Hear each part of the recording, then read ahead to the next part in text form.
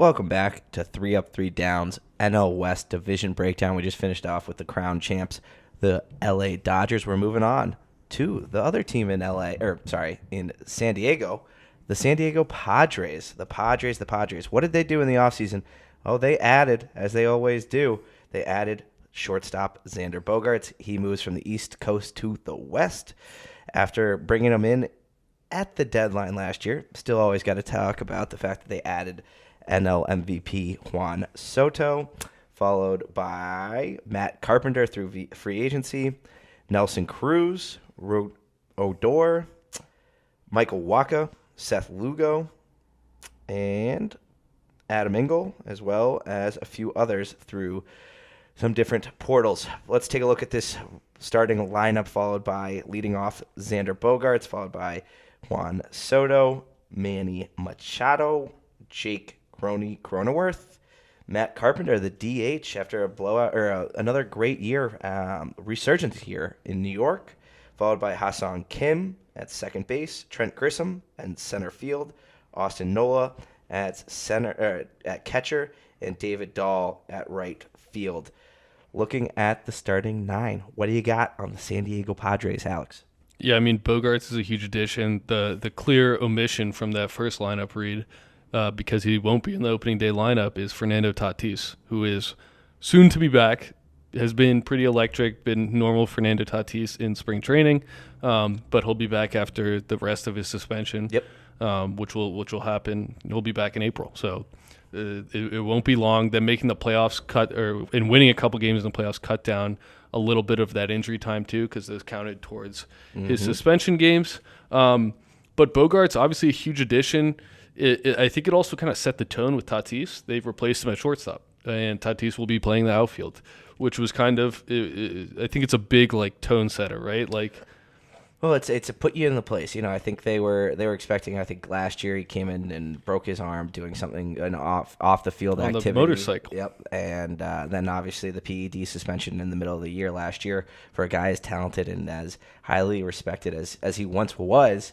Now you've got all these question marks coming back. So, yeah, I do think it's a little bit of a punishment and a little bit of you've been relegated to the outfield because, your bullshit has taken you to this position. And the fact is we brought in a World Series champion in Xander Bogaerts to occupy your position. Yeah, and it's telling them that, this isn't your team anymore. You got to build your way back. And I think that is going to overall be a good thing for this team.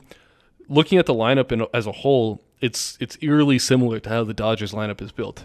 You have the stars up top, who are just grade A superstars with Soto, Machado, Bogaerts. And then you kind of get a little bit more random towards the end. And not in a bad way. These are still good players, but it's not necessarily the 1 through 9 depth that you expect some of these top teams to have, but it is very good 1 through 9 depth regardless. David Dahl, a guy who's proven he can hit. He was a non-roster invite to spring training this year. I think he may have a good year, surrounded by a good lineup. And I don't know, there's a lot of guys who get hot and cold. Cronenworth, Ha-Seong Kim can kind of hit a little bit. Trent Grisham has his hot streaks. They lose, for now at least, Yerksin Profar, who was a good utility bat. And I say utility, he was a starter. He just played a lot of positions. So that's a pretty big loss. But anytime you start with Soto and Machado and Bogaerts and then Tatis, that's dangerous. And I think Soto is a guy who's going to benefit a lot from the shift as well. I saw a lot of videos of him just hitting lasers to that deep second baseman. That's going to be a lot harder to catch when you're on the infield. Oh, and it's a team that has speed throughout the lineup. It has depth throughout the lineup. You're protected throughout the 1 through 5, and it allows those guys kind of 6 through 7 to be a little bit more comfortable knowing you've got the power, you've got the reliability of the superstars in that front spot. Getting back to Tatis, it's terrifying. It's a very scary lineup. Looking at the bench real quick, you will have a rotation of potential Matt Carpenter and Nelson Cruz at the DH role. You've got Odor to plug and play for backup infield role, and then Luis Campusano at backup catcher. Let's take a look at the rotation.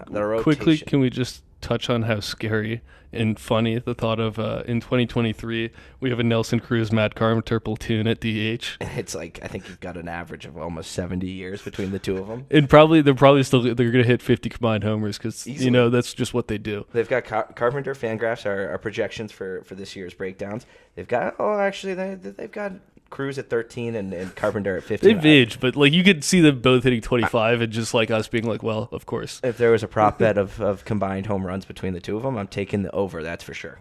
Yeah, it's dangerous not to, even though you think they might age. Yeah, yep. So let's take a look at that rotation, like we were saying. Leading off at the one spot, Blake Snell, followed by Nick Martinez, Michael Wacha, Seth Lugo, and Yu Darvish. They do have Jay Grooms scheduled in there as that kind of a 5-6 spot right now. I do expect with Joe Musgrove, who is injured after fracturing his toe in the weight room, he will regain a top spot in that rotation and obviously knock someone out of there. You will expect Yu Darvish to not be the fifth starter. Maybe Michael Wacha, Seth Lugo. We'll see what happens there. But this is another scary rotation that they added. You saw Joe Musgrove, who is hurt, like we said right now. He is an elite pitcher in this league. Blake Snell, after bringing him in from Tampa, a guy who has won a Cy Young. It is powerful stuff throughout this rotation for the San Diego Padres. Yeah, I mean, they're going to miss a couple starts from Musgrove, but it's nothing it's not an arm issue. It's just kind of a random injury that happened, and he'll be back pretty soon. So anytime you start a rotation with Darvish, Snell, and Joe Musgrove, you're happy. I mean, that's a pretty good big three right there. Mm-hmm. I will say there's a little bit of variance in Blake Snell and Yu Darvish. They seemingly get hot and cold, but the upside is there, and you expect them to have really good years overall. Wacha and Nick Martinez are very good. 4-5. Seth Lugo is going to be that 5 to start the year. He's more of a swing kind of bullpen starter.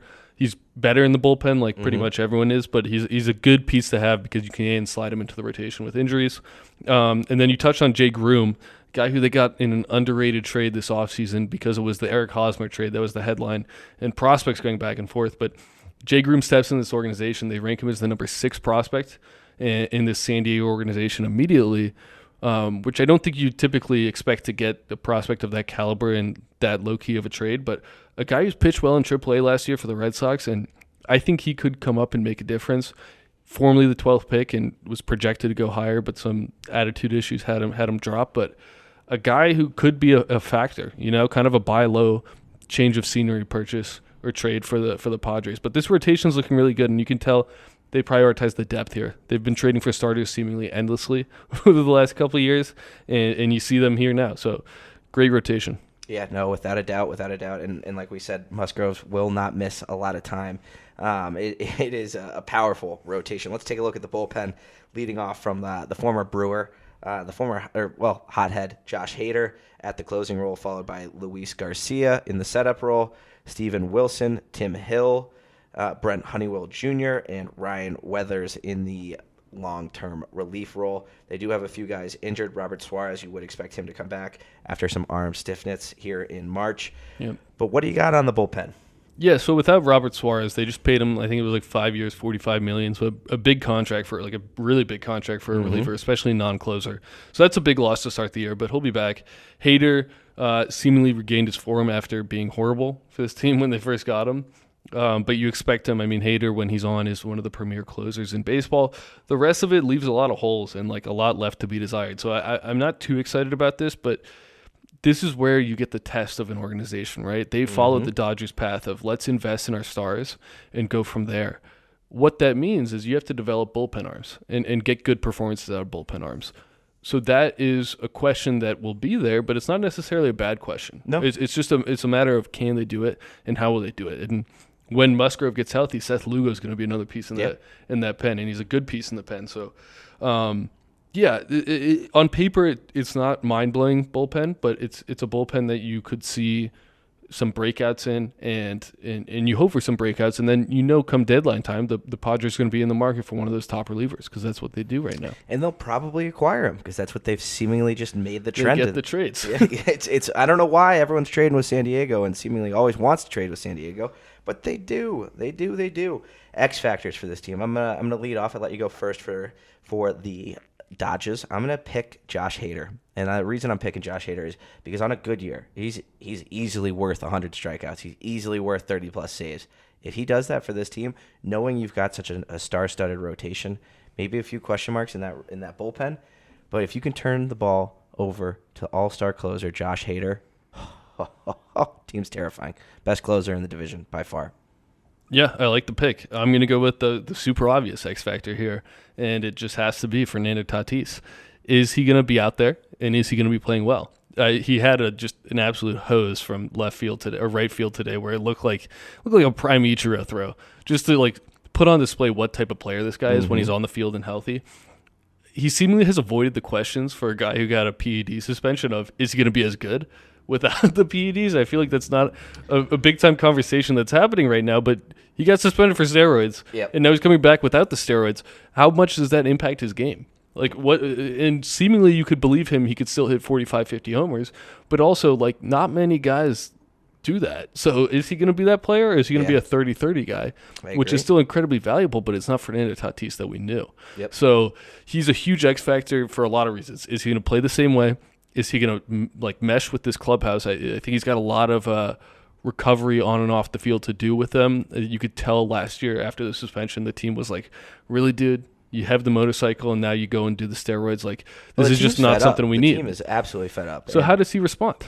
Yep, no, I think that is a great X factor. It's something, on the field, off the field. It is so many question marks surrounding this guy that it's terrifying, especially at the fact that he's 24 years old, already caught for PED suspensions. It's a question mark throughout the organization and throughout the locker room. Moving on for our projections, we kind of hinted at it a little bit earlier in our Dodgers preview. I've got this team finishing first. When you add someone like Fernando Tatis, who's power and is just a stud throughout he's a 5-tool player, and you've got someone like Juan Soto and Xander Bogaerts, it's hard to not pick this team to finish first in the NL West. Yeah, I got him finishing first too. I think Fernando Tatis can come back and be a top 5 to 3 player in baseball, if not the second best behind Ohtani. I think he's that good. Yeah, the steroids are a little bit of concern if he's going to have that pop still. I think he will. He's just an incredible player. Yeah, and I hope to see him back in maybe not reformed, but re-enlightened and with a new attitude, a new outlook on the game, because that's good for baseball when he's good.